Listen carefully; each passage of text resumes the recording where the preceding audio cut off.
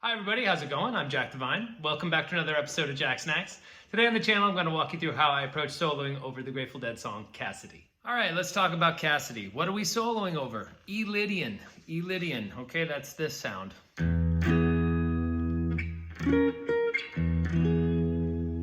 Okay, kind of a major 7 chord with a sharp 4. Okay, so that's the major scale. But we're going to change this note. Okay, that's our 1, 2, 3, 4th note to a sharp, or sharp 4. So major scale, sharp 4. Okay, so E Lydian is also the same notes and fingerings as some other scales that you might be more familiar with. That's a great starting point for you. Okay, so look at F sharp Mixolydian. Those are the same notes. Another way of looking at it is C sharp Dorian.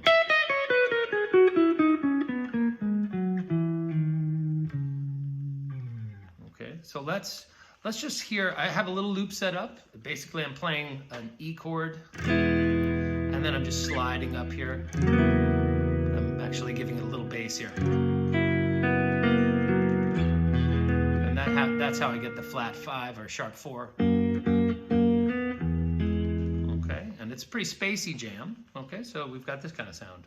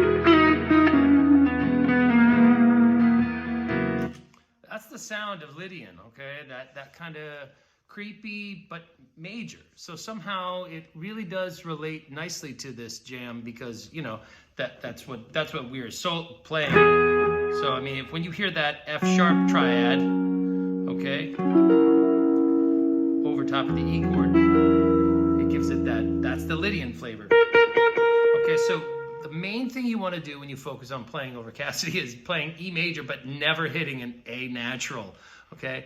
Always shoot for, you get a B and a B flat, or an A sharp rather, all right? That's the way, you know, technically people will call that a sharp 4 because we've already got a 5 in our scale, and that's correct. But, you know, I would never give anybody too hard a time if they said, yeah, it's a E major 7 chord with a flat 5. That is what it is as well. Okay, so it's this sound. Okay, we get that 9, the 6 is in there. Okay, very bright open sound, but it also has a creepy element to it with that sharp 4.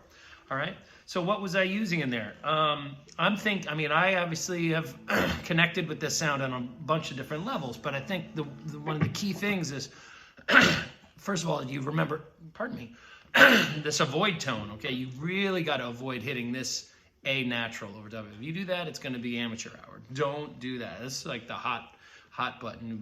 That's the big, red, shiny, candy-like button that we avoid. Okay, don't press that button. Okay, that's going to sound shitty. Listen to this.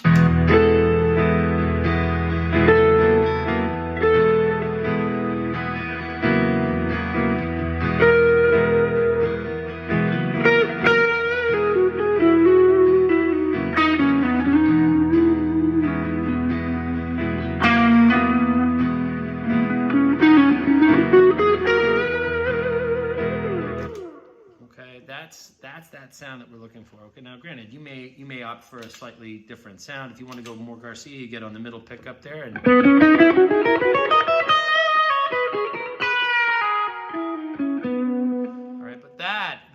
is that sound of that.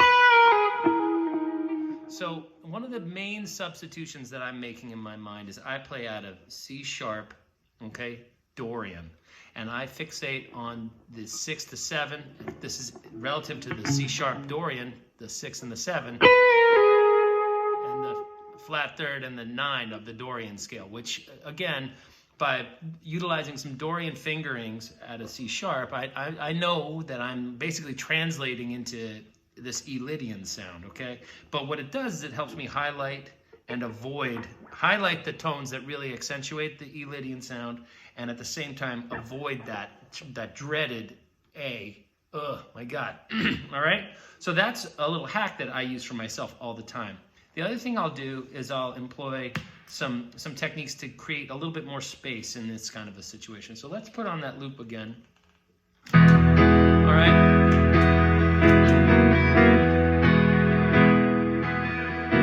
And one of the things I'll do is I'll bring in a phaser, okay?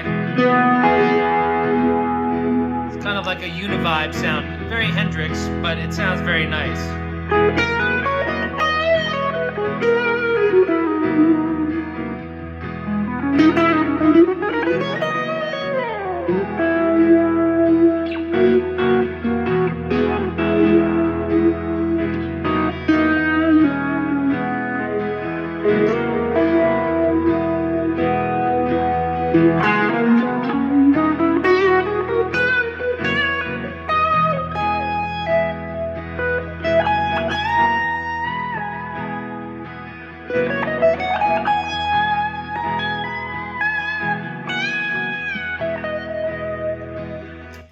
Pretty nice.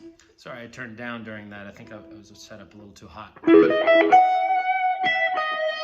so maybe add some reverb, some delay, maybe a little phaser to give it a little bit more texture. Sometimes I'll even go to the neck pickup and use the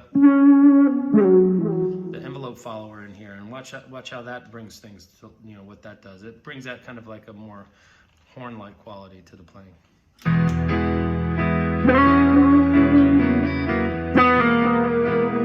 Right?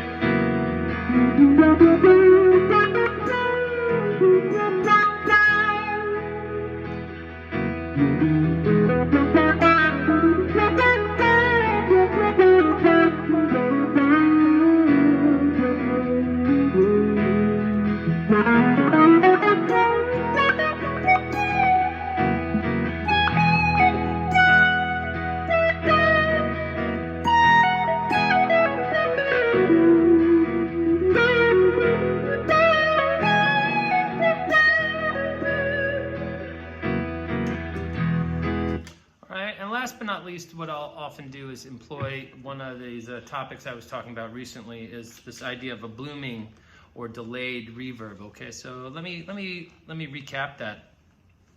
This is a technique that I love to bring out in spacier moments within the Grateful Dead's catalog. Now, this is definitely a more of a modernization of you know, the Dead's sound. Okay, so this is not something that was done by Garcia.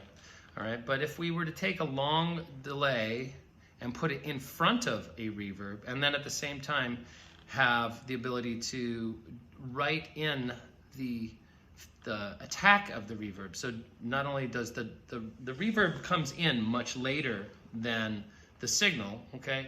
It lasts a lot longer than the signal ever did, and it also gradually comes in. So you never hear the attack of your reverb, you hear it fade in slowly. So it sounds something like this.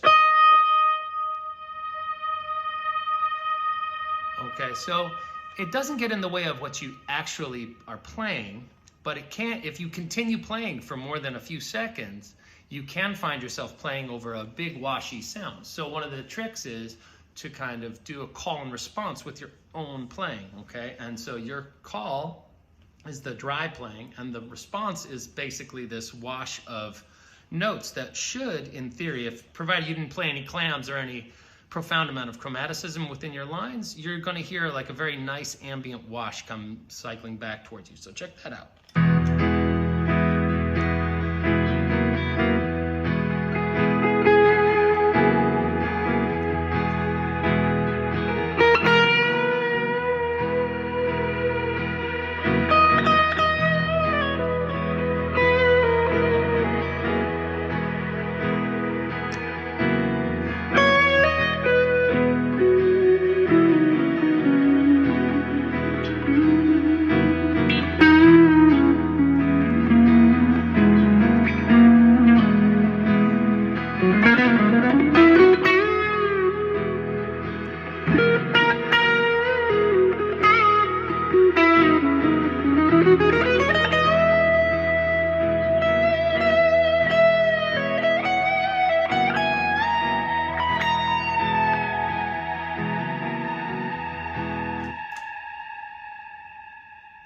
Okay, now granted, like I said, it can get away, it can run away from you if you're not aware of what's happening. But it's a really great style of it's a nice approach, in my opinion, to keep things grounded in terms of call and response, or leaving some breath, some room to breathe in these jams. Okay, the last thing you want to do is come in and overplay. So maybe if we use a mixture of all of those approaches, let's see what I end up with. Okay, so here's the jam.